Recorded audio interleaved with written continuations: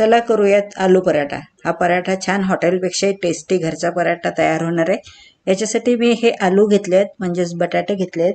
हे आपण कुकरला लावून घेऊयात आणि याला मऊ छान उकळून घेऊयात। साधारण 3 शिट्ट्या काढायच्या आहेत आपल्याला। आता आपल्याला कणिक मळून घ्यायचे। याच्यामध्ये चवीपुरतं चिमूटभर मीठ घालायचं आणि याला थोडं थोडं पाणी घालून मळून घ्यायचंय। आणि नंतर थोडंसं तेल टाकून, एक तर तुम्ही भिजवताना तेल टाका किंवा भिजल्यानंतरही तुम्ही त्याला तेल टाकून मळू शकता। ही कणिक आपल्याला मऊ भिजवून घ्यायची, जसं पुरणपोळीसाठी आपण कणिक मळतो ना, तशी आपल्याला पराठ्यासाठी मळायची, म्हणजे तो पराठा छान बनतो। आता हिला साधारण 10 ते 15 मिनिटं सेट होऊ देऊयात, झाकून ठेवून देऊयात। तोपर्यंत आपण आता बटाटे आपले उकळून झाले, त्याचे सालं काढून घेऊ।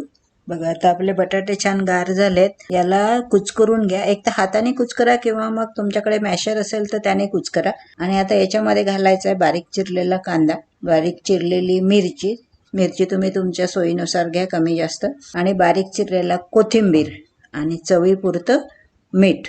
आता याला छान मिक्स करून घ्यायचं आहे आणि याचे गोळे करायचे। तर तुम्हाला कोणत्या साईजचा पराठा पाहिजे त्यानुसार तुम्ही लहान मोठे कसे हवे तसे गोळे करू शकता। चला आता कणिक आपली सेट झाली का ते बघूयात। याला थोडंसं तेल लावायचं आणि परत छान मऊ चोळून घ्यायची। कणिक जेवढी चांगली बनेल ना, तेवढा तुमचा पराठा पण छान लाटला जाईल, तो तुटणार नाही।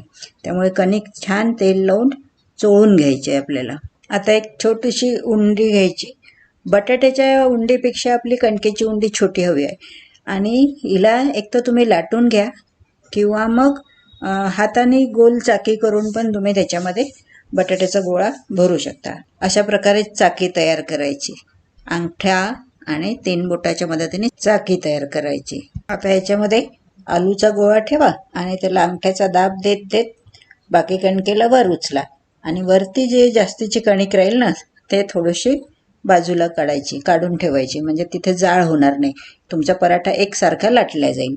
आणि आता याला थोडंसं कणिकीचा हात घेऊन लाटायचं, हळूहळू लाटायचं, खूप जास्त प्रेशर द्यायचं नाही। गॅसवर तवा ठेवायचा आहे आणि स्लो ते मीडियम असा गॅस ठेवून आपल्याला हे पराठे आलटून पलटून दोन्हीकडून तूप लावून शेकून घ्यायचे आहेत। आता हे जे तूप आपण लावतोय हे घरी बनवलेलं तूप आहे।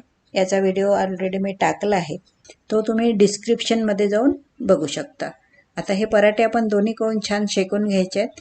एक नंबर, अगदी टेस्टी, हॉटेलपेक्षाही छान पराठा घरच्या घरी तयार होतो। आता अशाच प्रकारे आपण बाकी सर्व पराठे पण तयार करूयात। करून बघा, आवडले तर व्हिडिओला एक लाईक करा आणि चॅनलवर नवीन असाल तर सबस्क्राईब करा।